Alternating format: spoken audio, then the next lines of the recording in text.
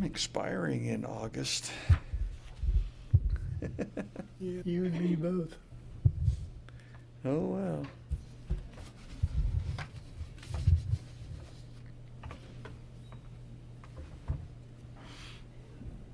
All right. I'm going to go ahead and call to order Board of Zoning Appeals meeting for January 15th, 2026. Can staff confirm that Kansas Open Meetings Act notice has been properly provided? Yes, I can confirm that the packet was posted and the required notice was provided. All right, thank you.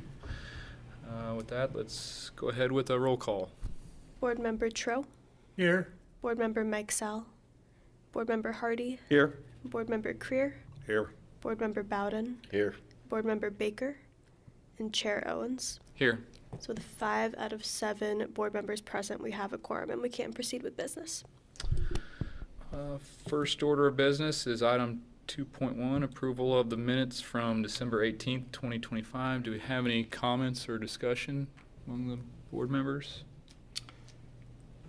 Get a motion for approval? I move that we accept the minutes as presented. Second. We got a motion and a second.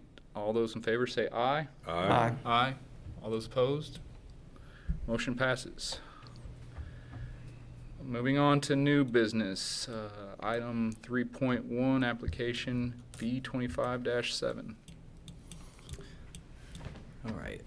Item 3.1 is application B25-7, filed by Sean Carlin on behalf of Justin and Ashley Howie, requesting a variance to section 4258A of the Salina zoning ordinance, which limits residential lots to 2 accessory structures to allow the construction of a new detached garage, which would be the 3rd accessory structure on the lot.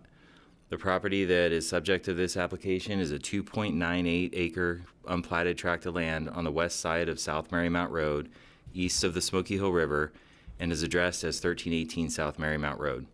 This item was continued from the December 18th meeting due to the applicant or representative not being at the December 18th, 2025 meeting. So getting into the little bit of the background here, that, as I said, this subject property is a tract of land located on the east of the Smoky Hill River. It's in the south 170 feet of the north half of the southeast quarter of section 19, Township 14, Range 2, west of the 6th Principal Meridian, east of the Smoky Hill River, less the Marymount Road right away, and it's addressed as 1318 South Marymount Road. This property was annexed in 1998 and is currently zoned RS.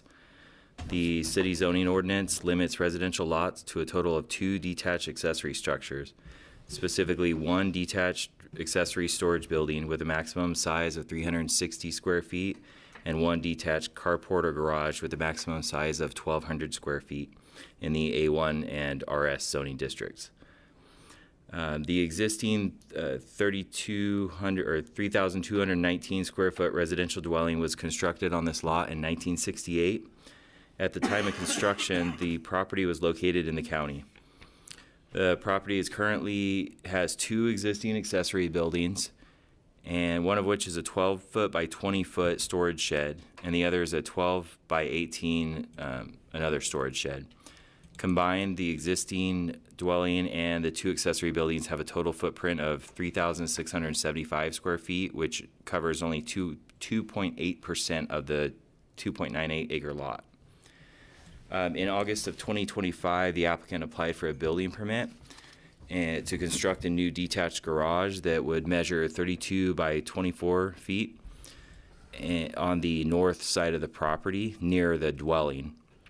The building permit was returned with the revisions needed, letting the applicant know that that this would exceed the maximum number of detached accessory structures allowed under the zoning ordinance. So we gave them the option of either removing one of the existing structures or applying for a variance to allow the construction of a 3rd accessory structure on the property. And so the applicant chose to file this variance application and attempt to justify the need for the detached garage while retaining the 2 existing structures. Howies own the home with the 2 detached accessory structures on the property, and again, they're proposing to construct a 24-foot by 32-foot detached garage. As proposed, that garage would be the 3rd accessory structure on the lot, which would exceed the maximum number of accessory structures. The variance application is requesting an exception to the maximum number of accessory structures on a residential lot, and that must be reviewed and approved by the Salina Board of Zoning Appeals to allow staff to issue a building permit for the proposed garage. As justification for the variance, the applicant states that the subject lot is large in size, so it's 2.98 acres, and that the 2 existing storage sheds on the southwest portion of the property are not visible from the street or the home. And the applicant states that they are far enough away from the home that they do not serve the same purpose as the detached garage would. As I said before, also, the public hearing for this was initially scheduled for December 18th, 2025, and the applicant or a representative were not in attendance, so this was postponed to today's meeting. And it sounds like we do have the applicant online today, so we're able to proceed with this. Now, going into a little bit of the zoning ordinance requirements, as I said, this is section 4258A, which covers accessory uses. And residential lots are limited to a maximum of 2 detached accessory structures, one having a larger maximum size than the other. So the smaller one is intended to be a storage shed or structure similar to that would have a maximum of 360 square feet, and the other one has a maximum of 1,200 square feet in the A1 and RS districts. You might recall other variance cases that were in reference to detached garages, and you may have heard us say that they had a limit of 770, and that's in the other zoning districts. So for the A1 and the RS district, it has a slightly higher maximum square footage for that other accessory structure. And then it has a maximum height of 20 feet or no taller than the dwelling. And as all accessory structures, this applies here that they have to meet the compatibility requirements on certain characteristics of the proposed structure itself, and maintaining compatibility with the principal structure on the lot, the principal dwelling on the lot. So getting into staff's analysis here, the state statute requires that approved variances meet 5 criteria, with those being a uniqueness, a condition unique to the property, that they have no adverse effect on neighbors, that the limitations posed by the zoning ordinance would create an unnecessary hardship, and 4, that there's no adverse effect on public health, safety, and welfare, and 5, that the allowance of the variance would be in conformance with the general spirit and intent of the zoning ordinance. So if we start at the first one, uniqueness of the property, the applicant states that the property is unique due to its size. At 2.98 acres, it's significantly larger than a standard residential lot in the city. And staff would agree that it is a large lot, and that basically justification only on the lot size, having a large lot, isn't in and of itself a justification for the variance, but it is definitely a factor. The question is, what is unique about the applicant's property or circumstances that creates the need for having the detached garage in addition to the other structures? Even though the lot coverage, like I said, is about 2.2%, it's very minimal. It's just about seeking out that distinguishing what factors justify the keeping of the other structures when there's the maximum of 2.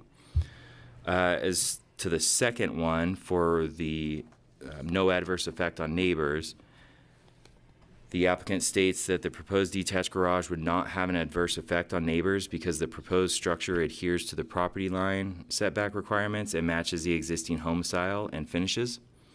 So staff would agree that due to the overall size of this residential lot, it does not appear that the addition to the proposed garage, or that the addition of the proposed garage would have an adverse effect on neighboring properties. The garage would be constructed to match the existing dwelling and would not appear to detract from the appearance of the neighborhood. The proposed garage does meet the setback requirements of detached structures and would not be likely to increase the risk of fire spread. Lastly, the proposed garage would be located at the end of an existing concrete driveway and would not appear to create any runoff or drainage issues. Staff would note that the design and appearance of the proposed garage appear to be compatible with the existing dwelling, and staff would note that we have not received any objections to the proposed garage from the neighboring property owners. Additionally, Rachel and Matt Pyle, who live at 1414 South Marymount Road, the residents directly south of the property, sent an email voicing support for the construction of the garage. So this email has been provided in the meeting packet as well. For the third criteria, unnecessary hardship, the applicant must show that not granting the variance would cause an unnecessary hardship by denying reasonable or beneficial use of the property. So the applicant states that the two existing storage sheds are far enough away from the home that they are not as functional and do not serve the same purpose as the proposed garage would. They also state that the existing two-car attached garage is much smaller than the traditional three-car garages being built in new homes. So that has created a need for more space for them. Staff would agree that a majority of the single-family homes being constructed today do have larger garages, often three-car garages. However, a large portion of the existing single-family housing stock in Salina does have one or two-car garages. So staff would ask for further clarification from the applicant on how this constitutes an unnecessary hardship.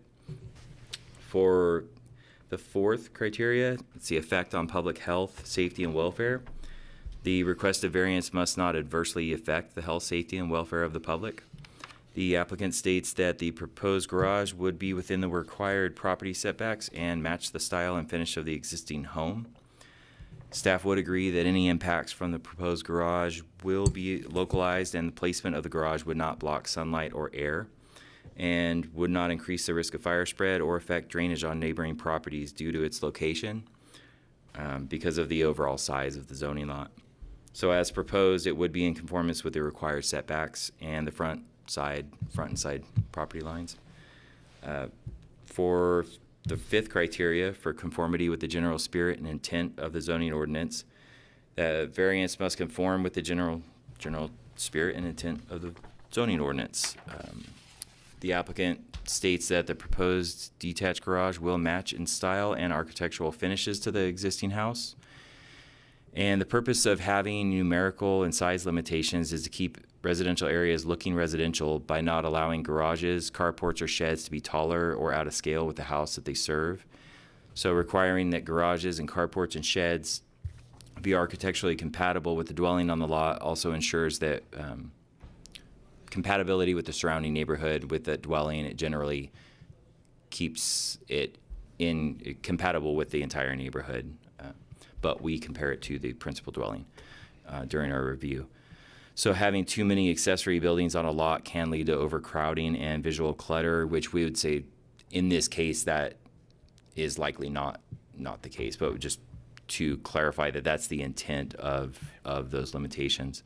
So staff would ask the applicant to further clarify how the proposed detached garage will conform to the general spirit and intent of the zoning ordinance. Moving on to staff comments, having sufficient physical space is not justification in and of itself for a third accessory building on a residential lot. Although it should be a factor, there are also aesthetic factors that come into play in evaluating the impact on adjacent properties as well as the intended use of the building. Section 4258A1 requires that residential accessory buildings, including detached garages, be compatible with the dwelling they serve in terms of design, appearance, and materials. So in order for the board to approve a detached garage, it needs to make a finding under number 5, with 5 being the general spirit and intent of the zoning ordinance. that it will not violate the spirit and intent of the zoning ordinance because, one, the proposed building will not be out of scale with the surrounding area, and two, that the proposed building will maintain a residential appearance and character of the neighborhood. In order to get a building permit for a detached garage, it must have 3 points of compatibility with the house it serves.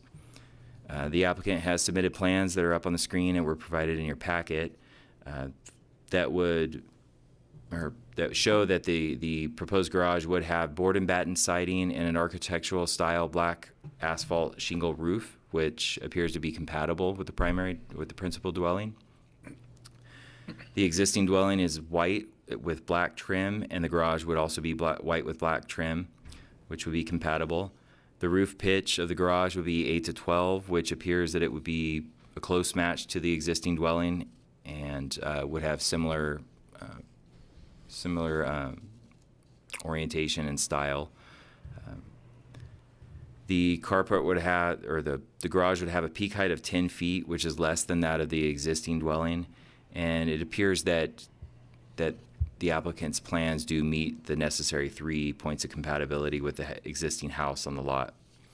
So if approved, the additional garage would increase the total building coverage on this lot from 2.8% to 3.4%, which is significantly less than the 30% maximum allowed in the RS district. So if the board,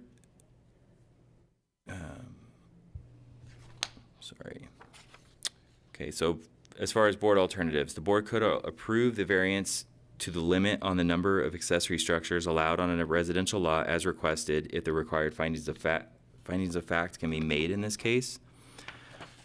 2, the board could postpone action on this application with the consent of the applicant if the additional information is required to reach a decision. The date of a future meeting must be included in the motion. 3, the board could deny the applicant's request if the required findings of fact can be made. And we do have some suggested findings that we've included in your packet today. And as far as staff's recommendations, staff would request that the applicant provide some additional information about the hardship that would result if they were limited to a maximum of 2 accessory structures allowed by the zoning ordinance. Additionally, staff would request that the applicant provide additional information as to what is unique about their property or circumstances that create the need to have the detached garage in addition to the other accessory buildings on the lot. If the applicant provides that information to the board, to the satisfaction of the board, and the board wishes to approve this variance request, then staff would recommend the following conditions of approval. 1, the proposed detached garage shall be compatible in design, material, and color with the existing house on the property. 2, that the proposed detached garage shall maintain at least a 25-foot setback from South Marymount Road, at least a 3-foot setback from the north property line, and at least a 3-foot setback from any existing principal structures. 3, that construction must substantially correspond to the plans as submitted by the board or to the board, subject to a duly issued building permit. 4, that the detached garage shall only be used for personal storage or personal use and not for any business purpose. And 5, that no additional accessory buildings shall be permitted on this lot without the approval of a variance by the Board of Zoning Appeals. And with that, staff is available for any questions, and again, we do have the applicant online. Are there any questions for staff? Do you know if there are other lots in that vicinity that also have 3 accessory buildings? Go to the GIS. I know there are other similar sized lots along that section of Marymount. So we'll bring up the GIS map and take a look at that. I don't know that there are. I haven't looked myself to count the neighboring properties. Actually, this may be one of the very few that's unplatted. There aren't a lot of unplatted properties that are directly direct comparison to this one. There are some nearby, but it does kind of border slightly newer subdivisions that are adjacent there. But we can pull this up. Scanning the aerial photos, I'm not seeing any, and nothing's jumping out anyway. That's not to say it's all inclusive, because there is quite a bit of tree coverage in the area with the river.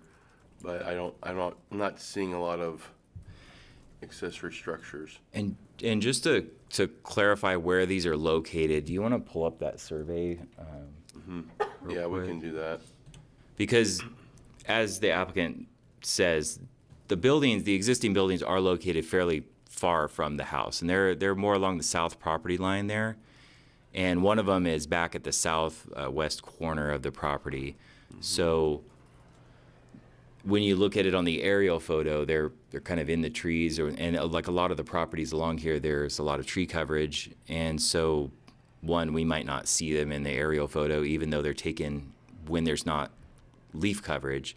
But I just did want to point out that they are pretty well separated from the house, from the dwelling.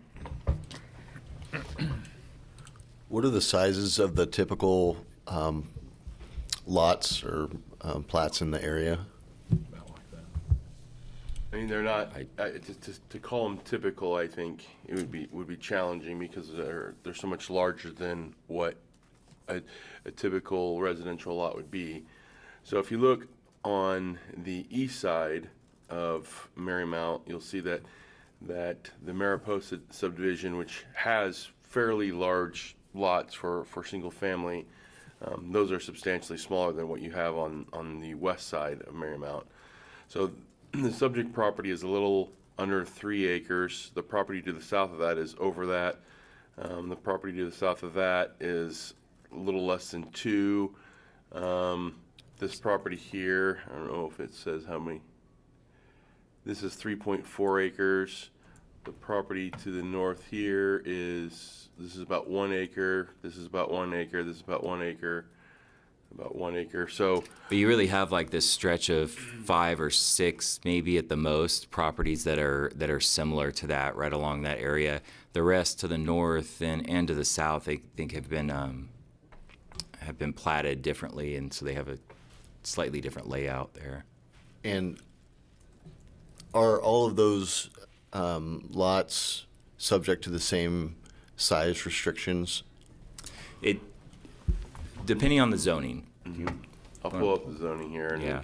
you can see. So if they're zoned RS or A1, yes, they would be. If they're zoned, so Mariposa directly to the east, that's a PDD, and that's R. R, I yep. think it's R, PDD R. So that starts to fall into the largest accessory structure that you could have would be 770 square feet. But where you can see the gray or the white, that's RS, and so those do have the same zoning regulations, and it has that slightly larger limit on the accessory buildings. But there's still 3 structures in regular, or I want to say R1s, for example. Is that limited to 3 structures? So Or the that- maximum number of structures is even across the board. Okay. It's two accessory structures or- for the residential district. So RS is a residential district, but it has larger minimum lot sizes, and it has that slightly larger allowance for the accessory structures because it's meant for slightly more, not quite agriculture. It's still a residential zone, but it was for those larger lot sizes. So.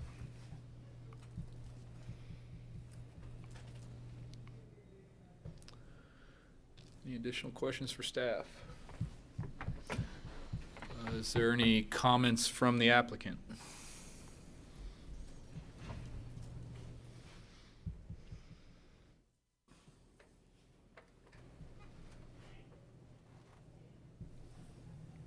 They all mine? Yeah. Okay.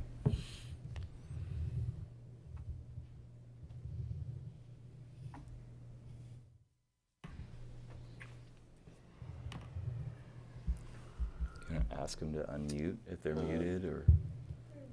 They are muted.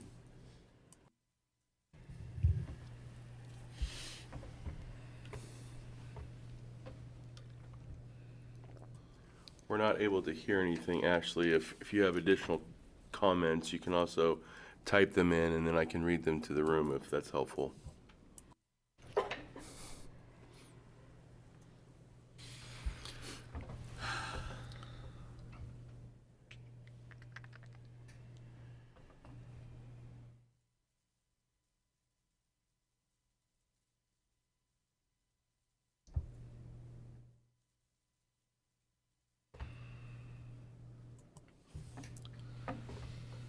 Looks like she's responding on chat, so we'll give it a moment and see if she's typing anything. Or She said did, okay. Did you have any specific questions for the applicant, maybe, or Any you wanted- specific questions? I guess I have one. You have a two-car garage now. yes? Would it be possible to maybe enlarge that two-car garage rather than making a third building out back? Would that work for them?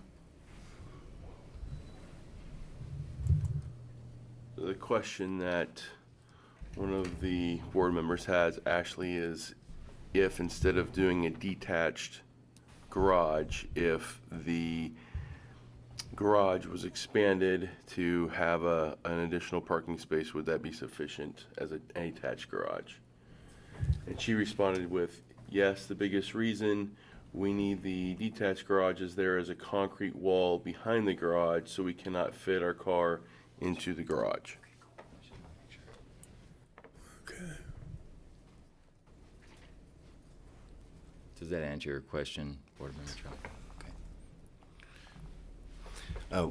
What's the nature of the two accessory structures, and what's the level of permanence of them?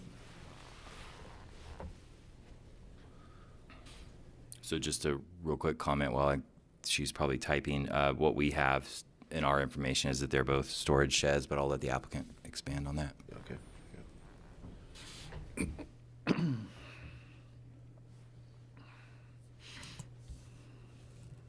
She did add that we cannot pull the garage out of the garage, or we cannot pull the car out of the garage.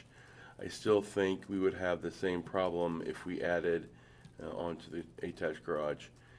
And then to the storage sheds, she says they are storage for our lawnmower and outdoor equipment. So the two storage buildings are being used for storage of their lawn equipment and outdoor equipment. So they're not very large. They're No, we do have the dimensions of them, and I can pull that up. We have them at 240 square feet, 12 by 20, and 216 square feet, which is 12 by 18. So they're decent size. They're not small by any means, but they're not really large either. And just to give a frame of reference, maybe buildings under 120 square feet don't require a building permit, and those are real common 10 by 12 storage sheds that you see at Menards or somewhere like that, on the smaller side. Those are really common because they don't require any sort of permit. So if you have a 10 by 12 storage shed, if you can picture that, it gives you maybe a frame of reference there. And like I said, these are what we have is 240 square feet and 216. So they're not they're larger. They aren't right up against the 360 square foot limit for smaller storage sheds or smaller accessory buildings.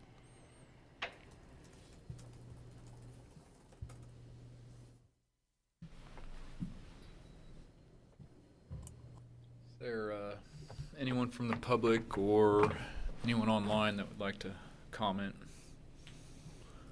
We do not have anyone from the public online, so the applicant is the only individual online at the moment. I do have a question also. As far as land, granted, it's way, under what's required at 3%.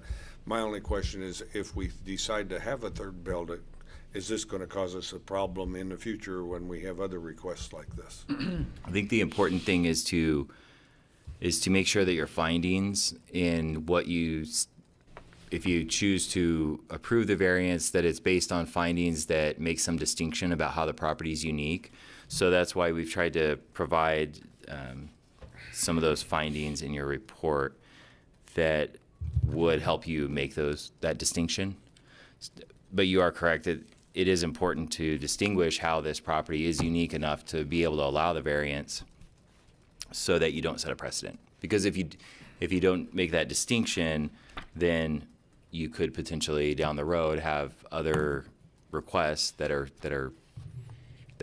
fall under those same findings at whatever level of detail you make for those findings. You know, you could have someone else that says that they meet those same findings. Does that answer your question? Yes. Okay.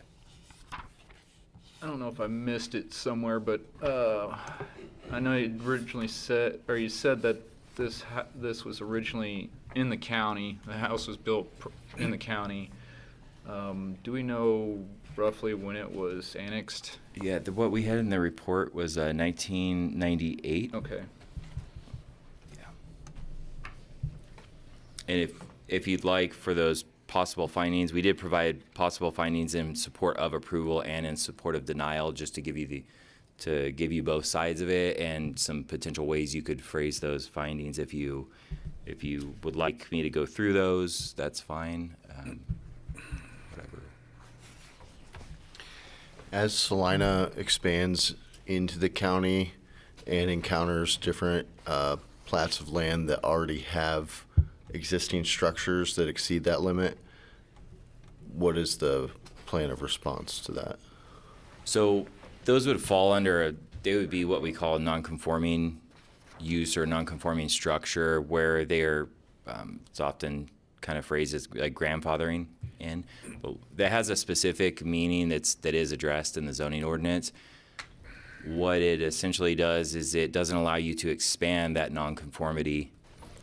It doesn't if a property came into the county or came in from the county today, it was annexed today, and say it had 3 structures on it already, so it's not within the zoning regulations, it doesn't conform to the zoning regulations today, they would be allowed to keep those buildings, but they wouldn't be allowed to, it doesn't give them permission to add additional ones or expand those or anything like that. So if they were ever to come forward with an application for a building permit that was to add on to a detached garage, if they had 3 or 4 or 5 buildings, we would actually call that out in our review and send it back to them and ask them to essentially similar to what the applicant's case is here, where we get a building permit in and we let them know what the options are, that it's not, it doesn't meet the requirements, and they would have some options of what they want to do, whether that's to eliminate one of the buildings, remove it, or ask for variance, or come up with some other alternative.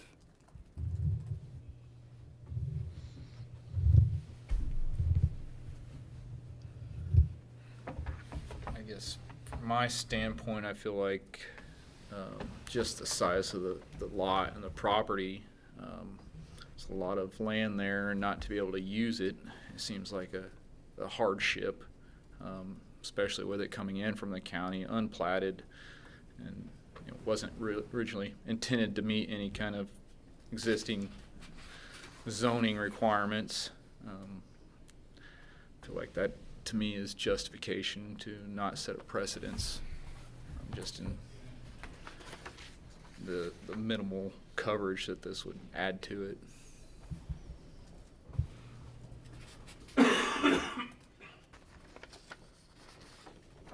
Any other discussion? Comments?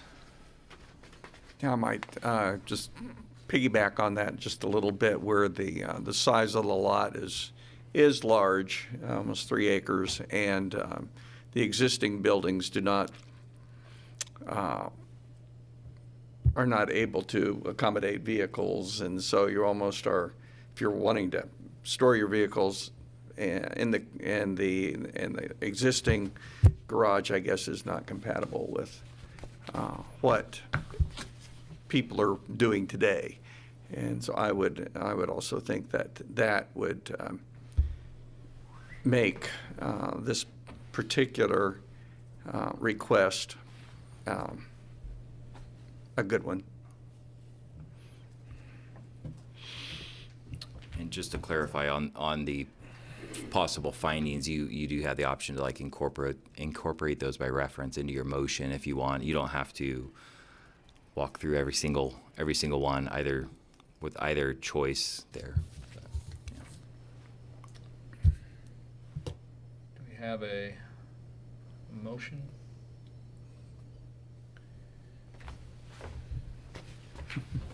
One of you silver tongue guys.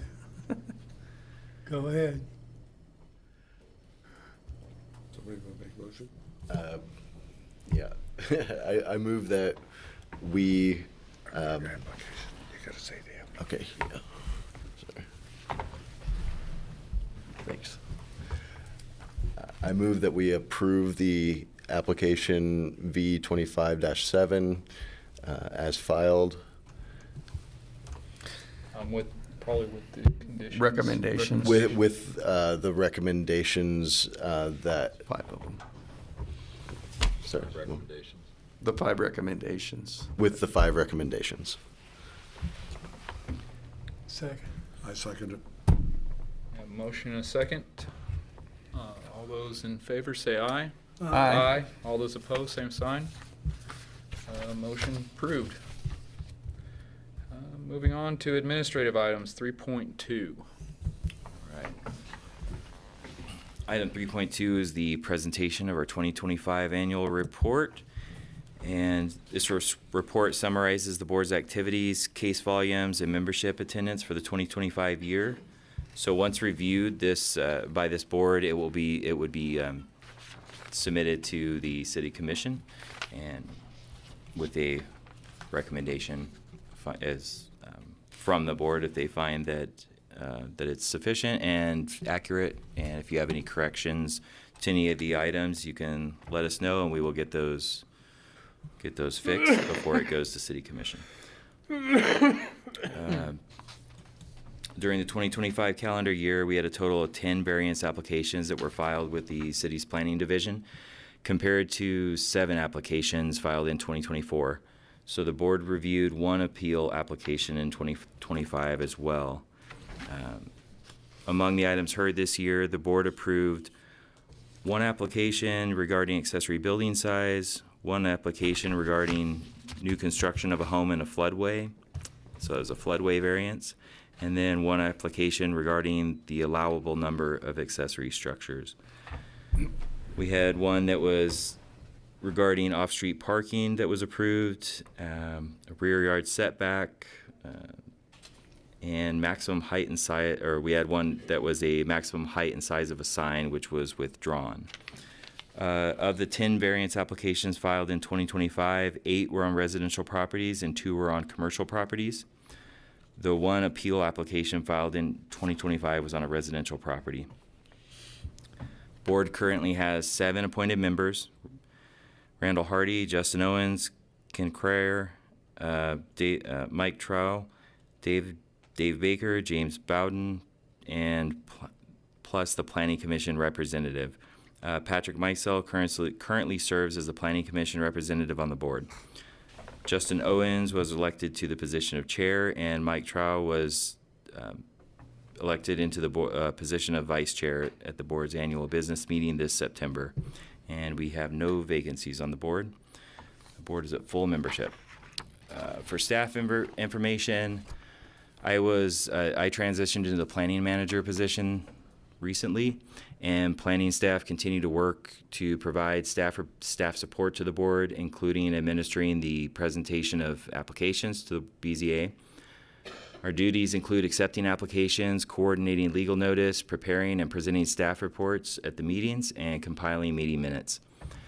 Dean Andrew, Dustin Hers, myself, and Gage Roberts coordinated the review of building, sign, and demolition permit applications requiring BZA review with applicants and their design professionals following project approval by the board.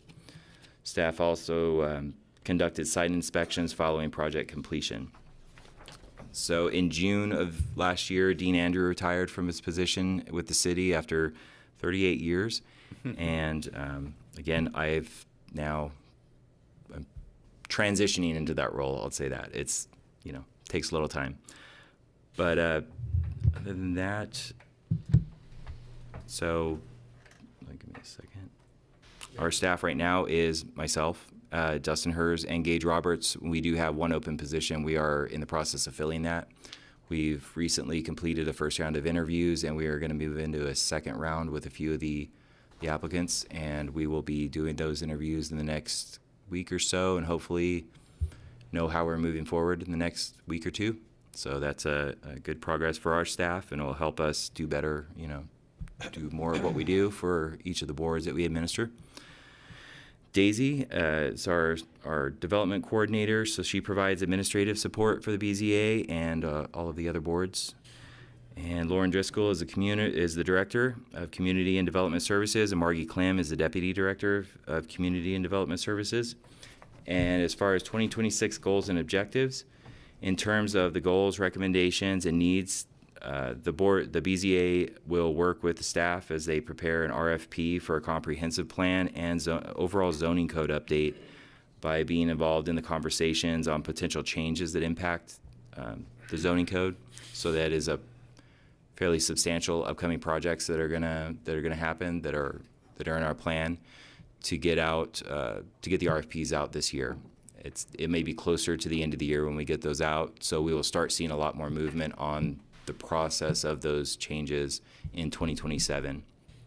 And currently we're looking at it as two separate projects, so those probably won't go at the same time, but they're going to be likely a comp plan first and then go into zoning code rewrite, just because the comp plan, having that in place first, really helps us rewrite the code to suit the new comp plan.